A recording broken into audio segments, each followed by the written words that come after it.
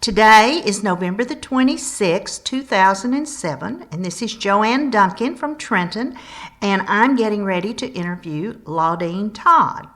Laudine is a longtime Trenton resident, all her life, I think, and is a longtime businesswoman in Trenton, and that's going to be our interview. Laudine, you've always lived in Trenton. Tell me what Trenton was like when you were growing up. A whole lot like it is today. Oh, that's good news. Except, we had the hardware store, and it isn't here anymore. And a few other things, not as many grocery stores downtown, but the streets and all are just about the same. Mm-hmm. Well, now, you went to high school here, did you not? I started here. But I went first, second grade down at Hopewell, down in the country, 2 or 3 miles. Then I started up Trenton School in the 3rd grade, and I graduated from Trenton High School. What year did you start 3rd grade in Trenton? What year was that? I don't even know. When did you graduate from high school? 1939. Okay, so you probably in the late 20s, you were in elementary school, were you not? Yes. Uh-huh. And then, so you were there, you were in elementary school and high school during the Depression, weren't you? Yes. What do you remember most about that time? We were poor, I'm sure, but we didn't know it. We had a lot to eat. We lived on the farm a long time, and we always had garden and raised pigs, hogs, and we had meat and milk. And so we had a lot to eat, and a lot of the kids that lived in town loved to come to our house to spend the night. Because you had more to eat? Yes, because we had a lot of good food to eat. And your mom was a great seamstress, didn't she sew a lot? Yes. Yes. Mm-hmm. Well, yeah, she made everything we had. I remember that your mom made lots of clothes. Yeah. So you graduated in 1939, and that was at the old Trenton High School that's been torn down, right? Yes.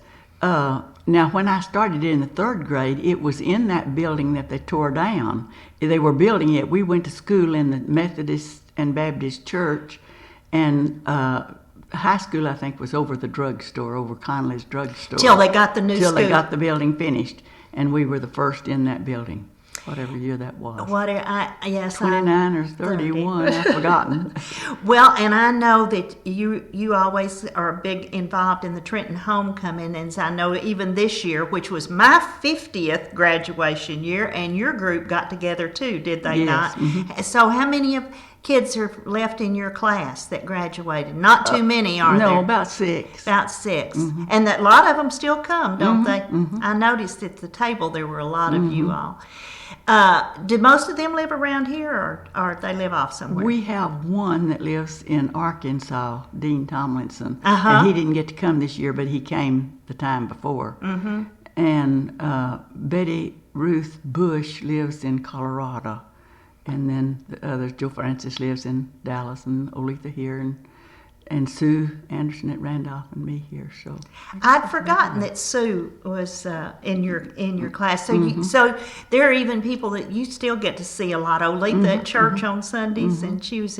What does it feel like to have known somebody? How many years is that? Well, all our life. I'm 85, and you've known her. Because she was in elementary school here too. Oletha was. Oletha was, wasn't she? Sue, I think, must have been in high school, and Joe Francis. Because Sue probably was in Randolph in elementary school, wasn't she? Yeah.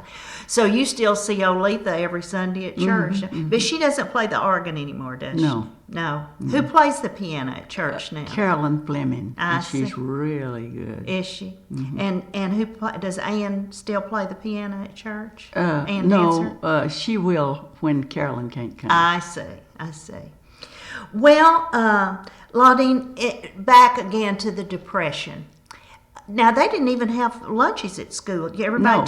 We took our lunch. Took your lunch. And do you remember that there were some kids that really didn't have very much to eat? Or as a kid, were you even aware of that? I know, yes, I knew that some of them didn't have just a whole lot, but I didn't know anybody that really went hungry. Yeah. And then the war came. Tell me how that felt. You had just gotten out of high school when Pearl Harbor came. And tell me what that was. Everybody scared or just didn't know what to do, or how'd that feel? Do you remember? Well, yes, I remember. And so many of them had to go. So many men. Now Johnny didn't have to go because we married in 1940, and Donna was born in 42, and that's when Pearl Harbor was December the just before 1941. 41, and so we had a baby, and Johnny didn't, and he was a little older too, and he didn't have to go, but most of them had to go. Yeah. My brother and my brother-in-law, and just. It was a real scary time, wasn't it? Yes, it was. It's scary when to see those young men going off and not knowing if they're going to come back again. So on Saturday nights, did you all come downtown? Yes, we did. Was there a movie theater then? Part of the time, and part of the time they'd have a movie out on the square. Really? And we'd either bring something to sit on or sit in the car and watch it. But we just had a real good time. All the time. All the time. And there were lots of businesses here on the square. Grocery stores, 3 or 4, and the drug store, and there was a variety store, and T.W. Ayers dry goods store. So there was a lot of business. And then you opened your business in what year? In 1953. In 1953. Do you know, Laudine, I remember when we lived out in the country, we went to Whitewright. I can remember going up there to get my hair cut or fixed or get a perm or something, and Mother went up there. But then we moved to Trenton, and after we moved to Trenton, then you fixed my hair and your mother's. How many? I don't know. As long as she lived. Well, let's see. If you opened that in 1953, she started going, and she lived until 1999. So I bet there's some other ladies that you fixed their hair for over 50 years, haven't they? And even when she got to where she wasn't able to come to the beauty shop, I went down to her house. I know. I remember. And I know there are a lot of other people too. But aren't there some ladies that you've been doing their hair for that many years? Yes. Now, do you still work 4 days a week? 3 days. 2.5. 2.5. Well, it's nearly not work. Yeah, but that's good. That's good. And so you got married in 1940, and then you had Donna in 42, and then you had Galen in 43, in December of 43, November of 43. So you had 2 little ones. And were you working at that time? No. No, you stayed home then. But y'all lived out in the country then, did you know? And Donna was born in January of 42, and Galen November of 43. So, and then I didn't get the shop till 53. 53, that's right. So you stayed home. I had a time in there. Well, now did after the kids got a little older, did you just decide to go back and get trained to be a hairdresser? I took my beauty course when we lived in California a few years, and I took my beauty course out there and went to state board in San Francisco. But when I came back to Texas, I had to go to Austin and take the state board again because they didn't accept California hours and license, and so. Well, now, how did you all end up in California? My sister had and her husband had an uncle that lived there, and they had a beauty school, and that's where she went to beauty school, and I did too. Yeah. And they went out there because there were not very many jobs here, and there was more jobs there. That was after the war, wasn't it? It was in 40, in July of 40. Oh, that's when you went to California? Oh. And Donna was born out there. Oh, I didn't know that. Yeah. And then we came back. And then you came back. Yeah, because did Johnny work in the defense? Yes, he worked down at the Ford plant. I see.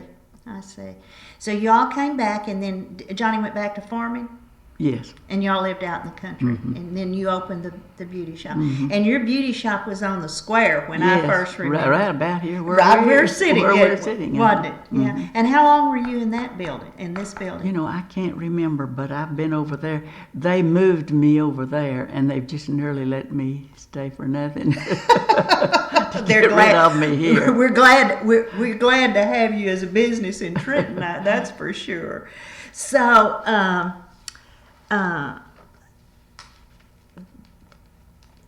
tell me about some of the social kinds of things y'all did in school when you were in high school. Was basketball still a big deal? Yes, basketball. I never was a good player, but I always play. I mean, I was on the team, and I got to go to the ball games, and so I did that. And I can remember we always had our junior-senior banquet at the school, and it was I remember we had it in the downstairs in the hallway, and it was at the old high school. At the old high school, and it was really pretty. Did everybody decorated it there? Yes, and Helen Connolly played the piano, and Nancy Davis, her niece, sang tiptoe through the tulips.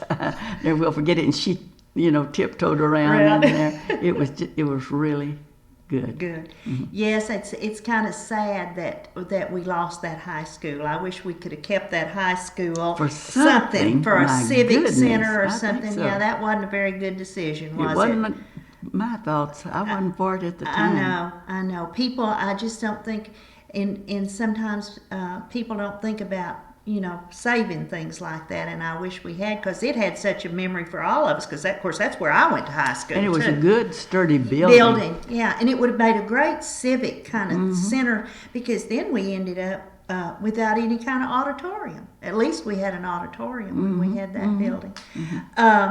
Well, was there any dancing going on in Trenton? Now, there wasn't in my class.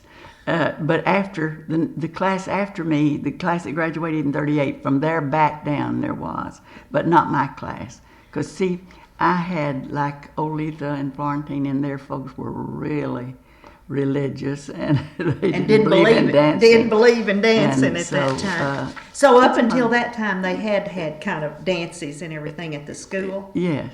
Yeah. So y'all would come to town on Saturday nights and go to the movies and walk around the square and go to the drugstore. What do you remember about that drugstore? Well, they had the stools you could sit on, and had little tables and little chairs. I don't know if you'd call them wrought iron backs, whatever.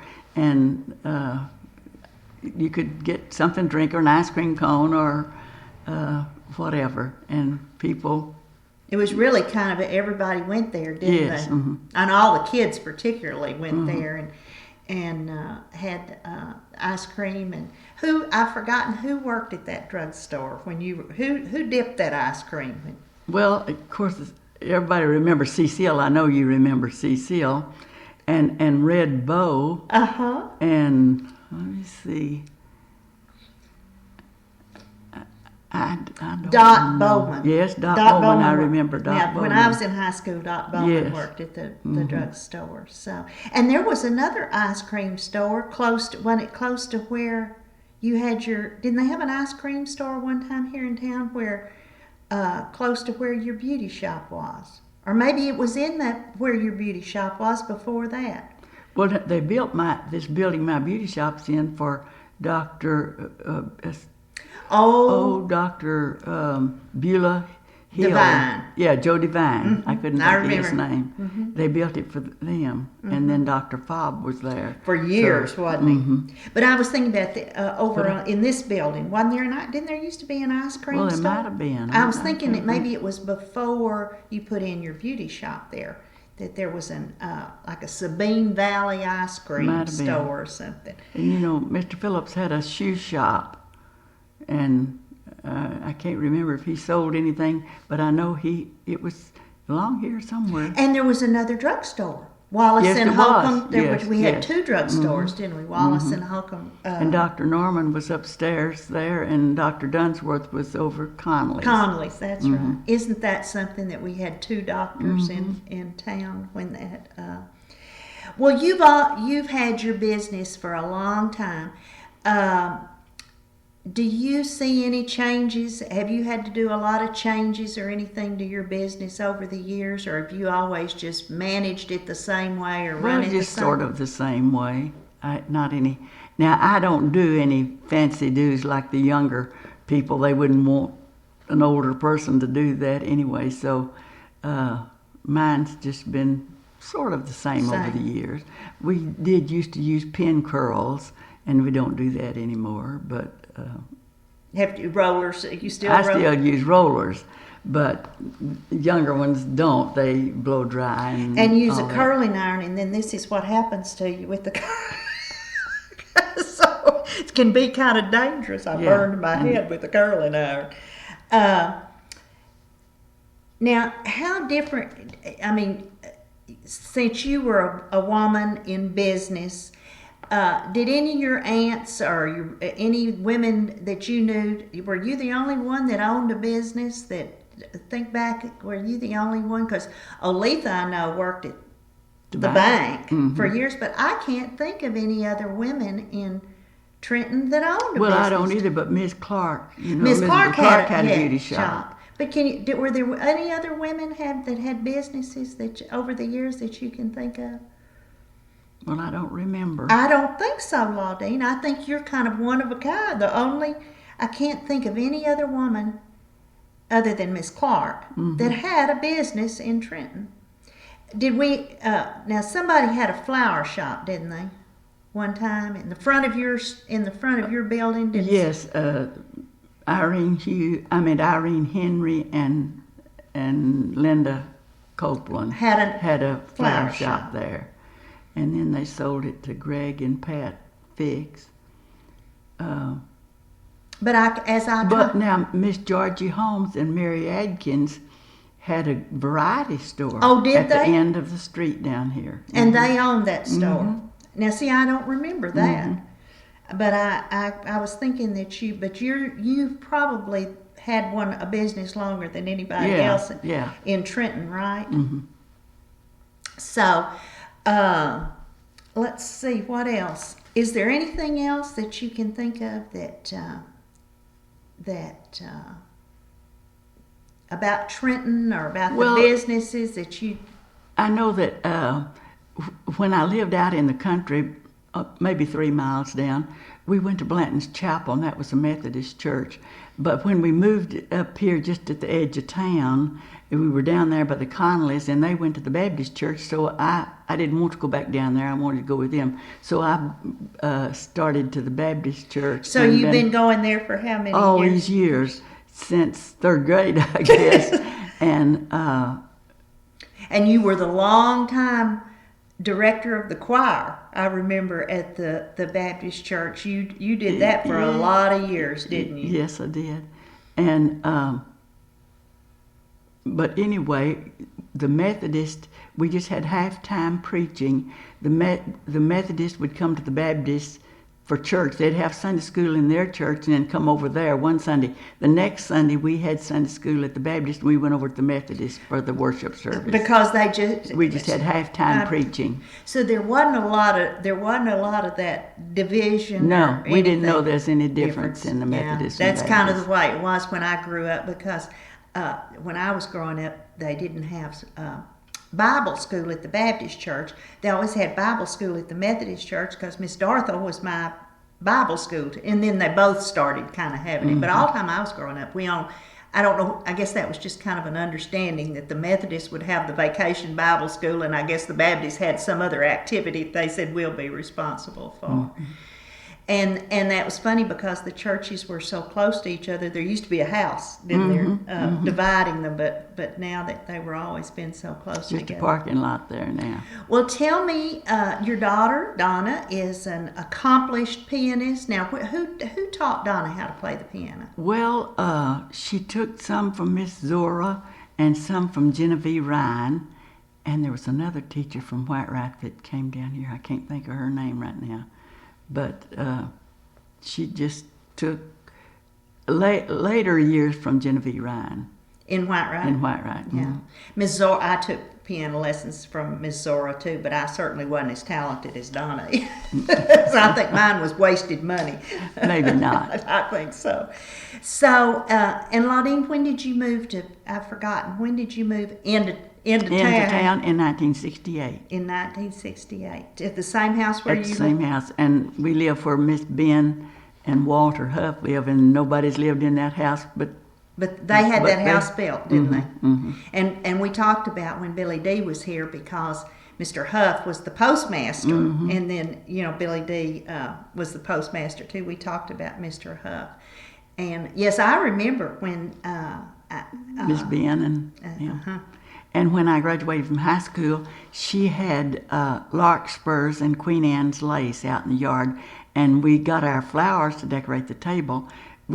She let us go out to her yard and gather all we wanted, and I still have larkspurs from where she planted them. Isn't Yep. that funny? And isn't there still a post? There used to be a post when I was growing up that had a ring in it. I think it's over at the house next door, where Linwood and Johnny live. But that's always been there, where people used to tie their horses. That's kind of a relic now. I hope it stays there. It's kind of sad because we've lost so many houses along that street, though. The Ruth house burned, and then Miss where Mattie Green lived, and then Miss Dockery and them bought that. Miss Earl Dockery and them lived there. And then, but Miss Pearl's house burned.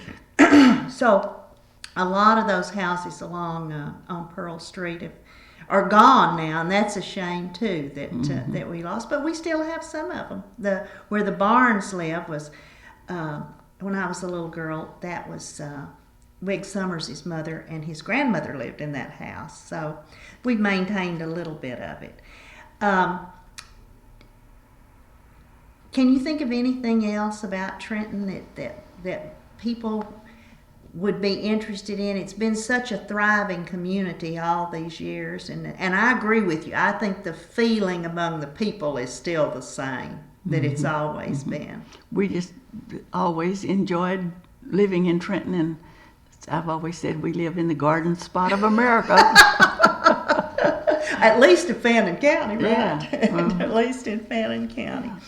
Well, it's been great talking to you, and I really appreciate you coming in and doing this. And I'm going to interview Tom Mack. So I think we've kind of gotten a really good cross section of Trenton, and I'm glad it's going to be a part of history. So thank you for participating. You're just welcome.